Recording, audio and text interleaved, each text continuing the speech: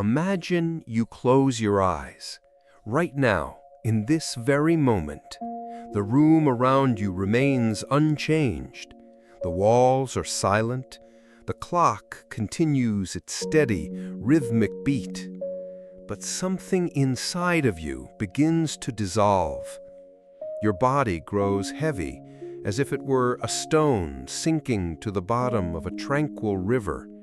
Still, heavy, anchored to the very fabric of matter. But your consciousness knows neither weight nor stillness. It separates from your physical form like a mist seeping through a crack in a door. And in a matter of seconds, you are no longer here.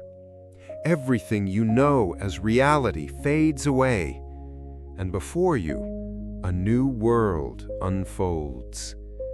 But what is this world? Where does it come from? And above all, where does your consciousness go when you sleep? This seemingly simple question is one of the most unsettling humanity has ever asked itself. For millennia, our ancestors did not see dreams as random noise. For the ancient Egyptians, they were messages from the gods.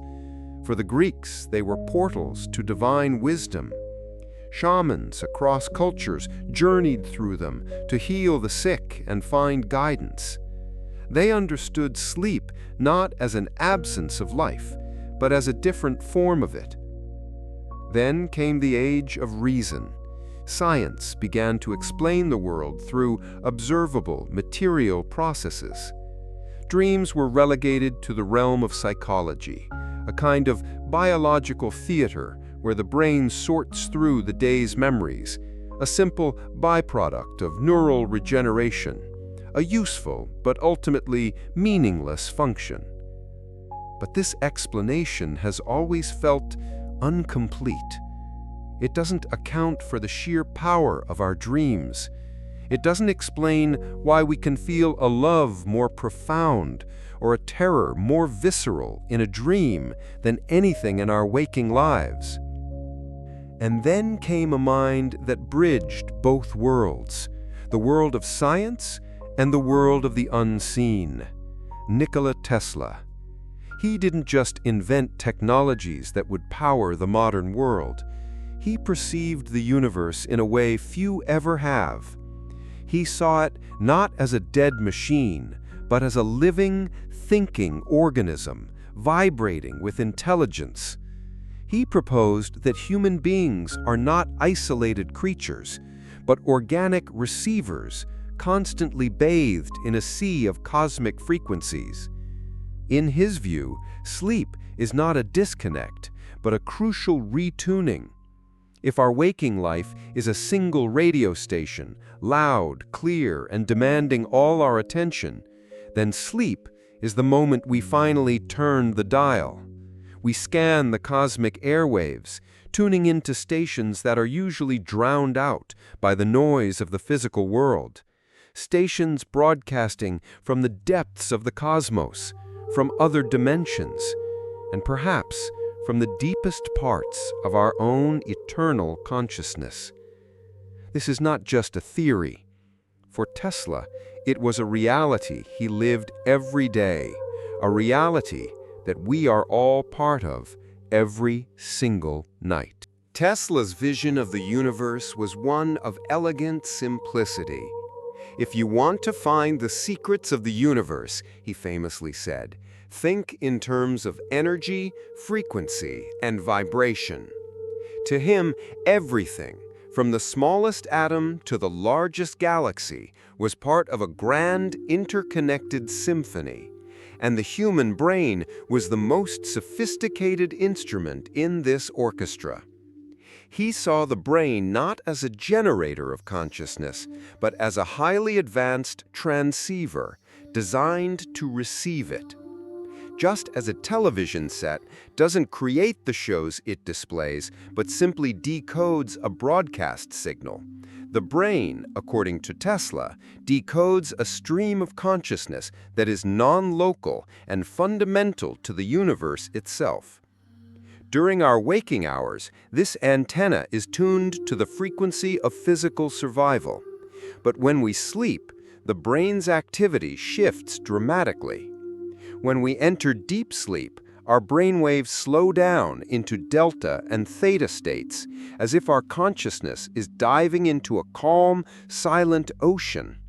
But then, during the phase known as REM sleep, it erupts in a blaze of activity. The areas of the brain linked to imagery, emotion, and perception become more active than when we are awake. Science calls this a paradox, but from Tesla's perspective, it's not a paradox at all.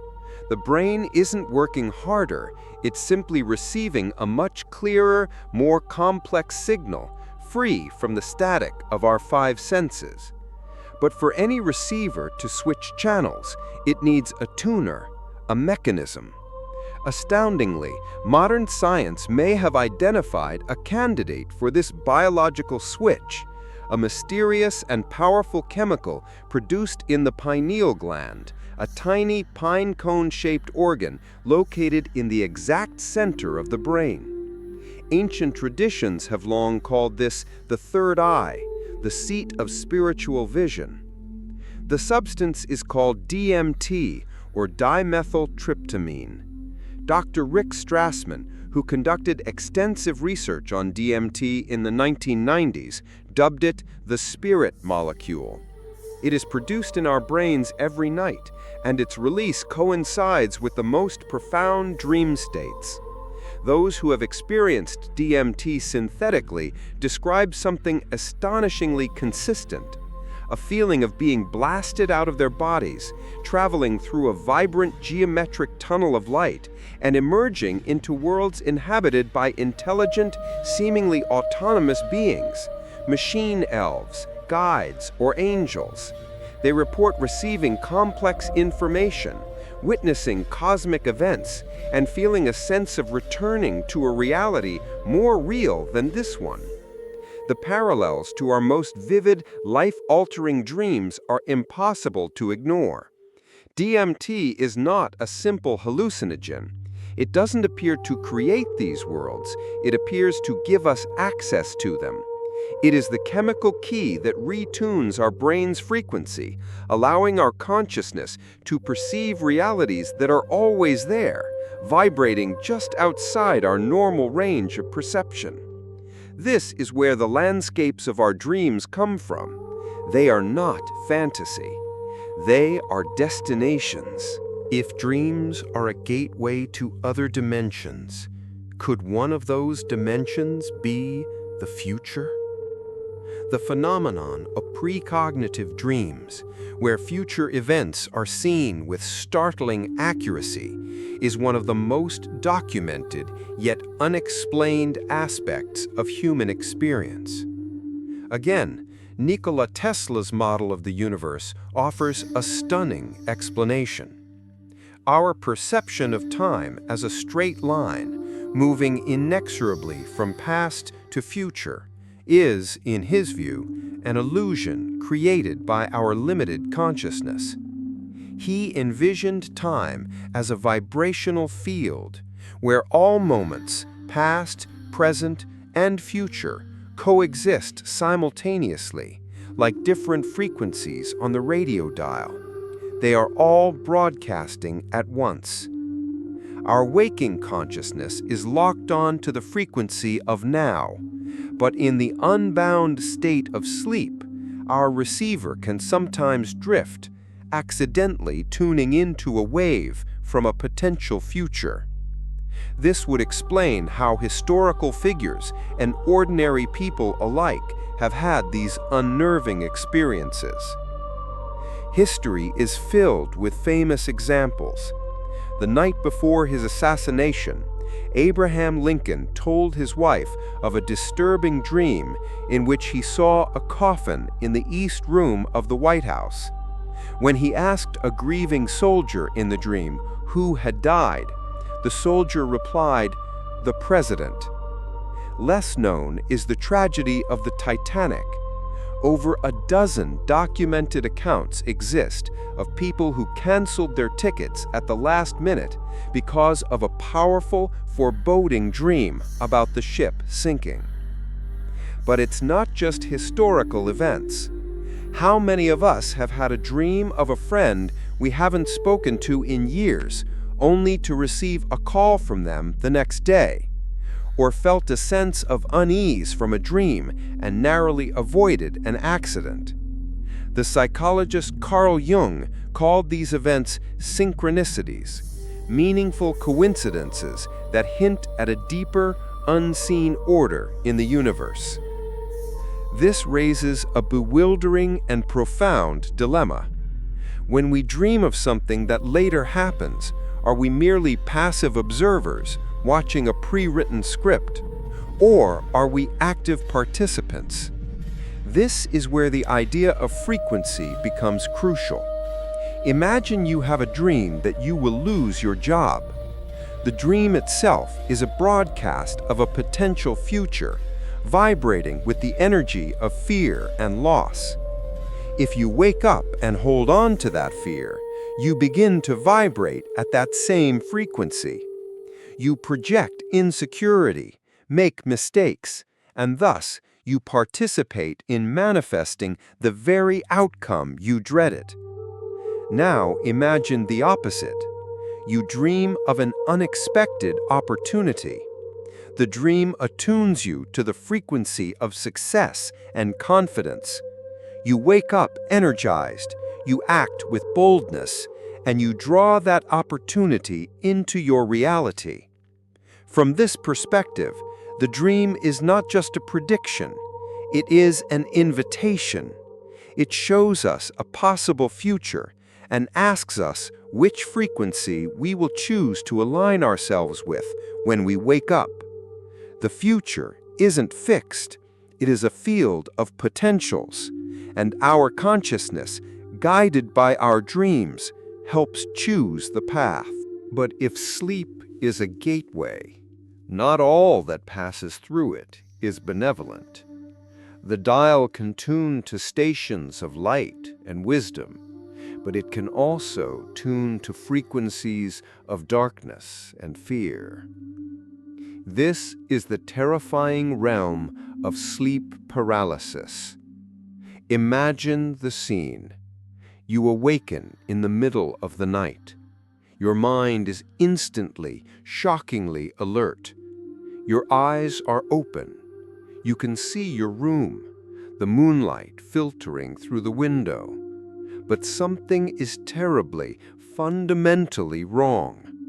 You try to move your arm, to turn your head, but your body is completely paralyzed, as if encased in concrete.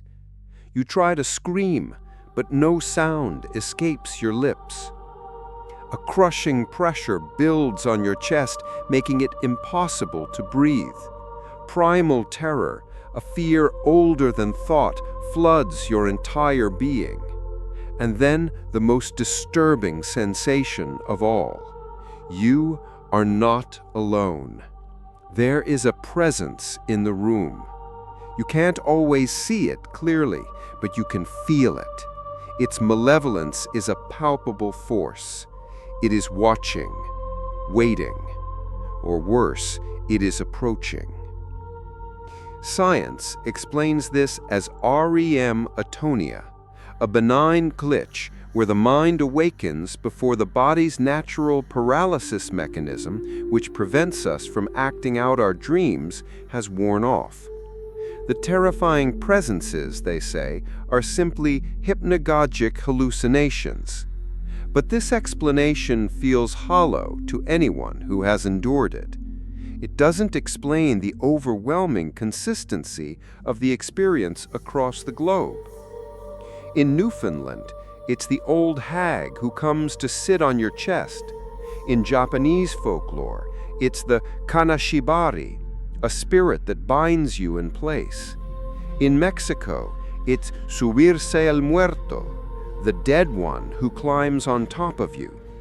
For centuries, in cultures that had no contact with one another, people have described the exact same thing: a shadowy figure, a crushing weight, and an aura of pure dread. From Tesla's vibrational perspective, this is no glitch, it is a glimpse. For a few terrifying moments, the veil between our world and an adjacent one becomes dangerously thin. Our consciousness, caught between frequencies, becomes aware of entities that occupy a space parallel to our own, beings that perhaps feed on the low-frequency energy of fear.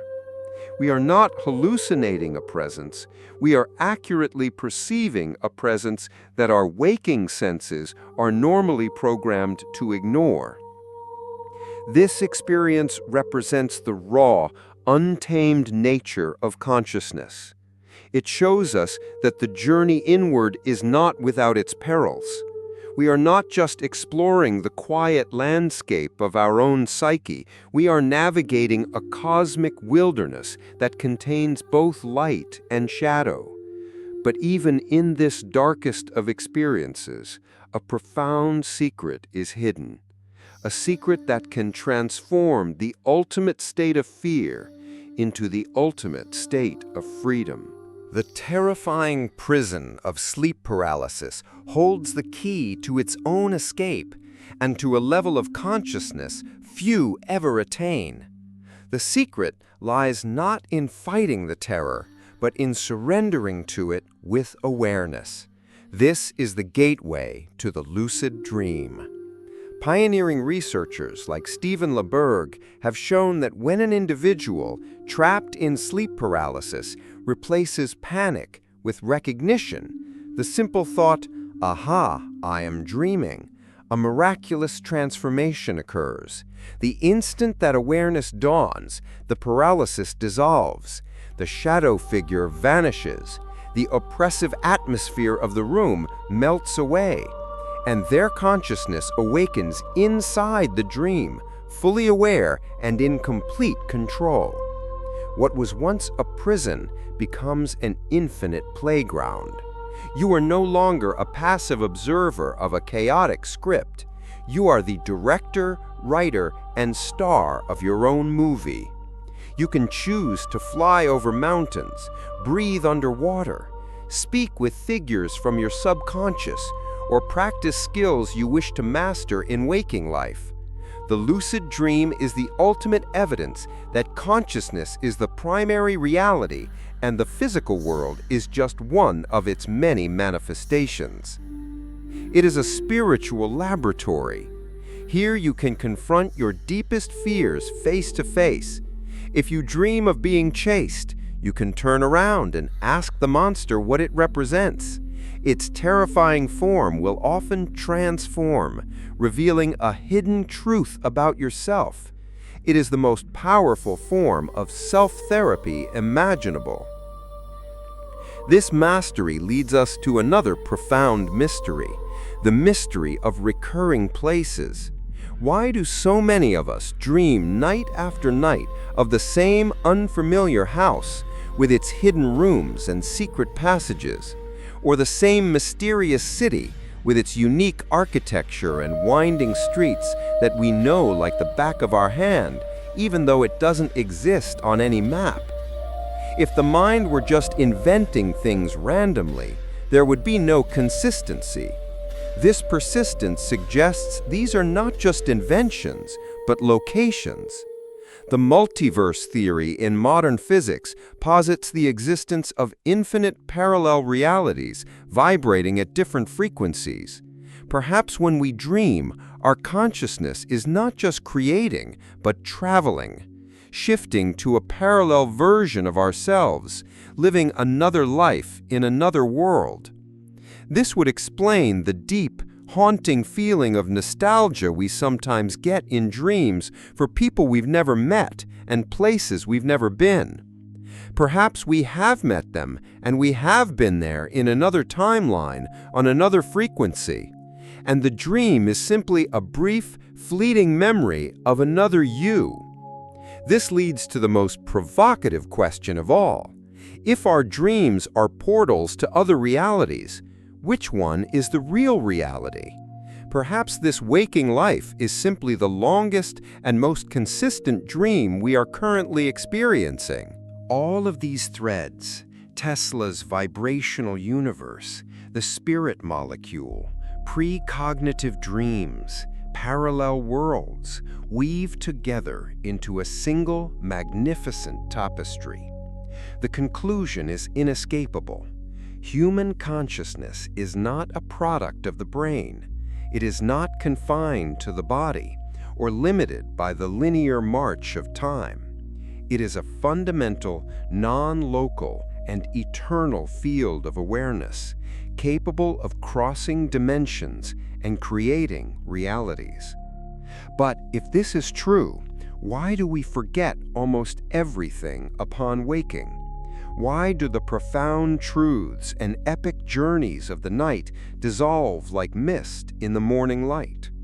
Science suggests it's a protective filtering mechanism to prevent us from confusing dream memories with waking ones and to keep us grounded in this physical reality. But perhaps it is also a form of spiritual censorship, a necessary veil drawn over what we have seen, because our conscious minds are not yet evolved enough to handle the full, staggering truth of our own infinite nature. Yet some dreams are never forgotten. We all have one or two dreams from our childhood that remain as vivid as any waking memory. These are the messages that carry the greatest spiritual or emotional significance, the ones that the higher self deems essential for our journey. They are the clues left for us to follow. So, what do we do with this knowledge? How do we transform this incredible understanding into a practical path? We must begin by changing our relationship with the night. We must become conscious travelers. Here is your guide. First, set a clear intention. Sleep is not a passive act. Before you close your eyes, state a clear intention. It can be a question you need an answer to, a problem you wish to solve, or a request for healing or guidance. Treat your sleep as a sacred appointment with the universe. Second, keep a dream journal. This is the single most important practice. Place a notebook by your bed. The moment you wake up, before you move or think about your day, write down everything you can remember, phrases, images, feelings. Writing it down tells your subconscious that these messages are important, strengthening the bridge between your two worlds. Third, practice reality checks. Several times during your day, stop and genuinely ask yourself, am I dreaming? Look at your hands, then look away and look back. In a dream, they will often appear distorted. This habit will eventually carry over into your dream state, triggering the moment of lucidity. Fourth, use your dreams as a mirror. Don't just record your dreams, reflect on them. See them as symbolic messages about your inner state. A dream of being chased might point to something you are avoiding in life. A dream of flying might reflect a desire for freedom. Your dreams are the most honest feedback you will ever receive. Fifth, and finally, treat sleep as a sacred ritual. In the hour before sleep, disconnect from the chaos. Turn off screens, dim the lights, meditate, listen to calming music, or read something that inspires you. Create a peaceful, high-frequency space for your consciousness to begin its journey. The choice is yours.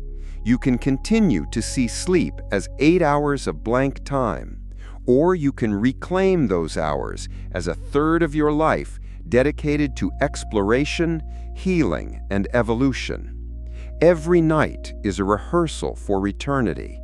Every dream is a reminder that you are infinitely more than a body. You are consciousness itself, learning to navigate the endless ocean of existence.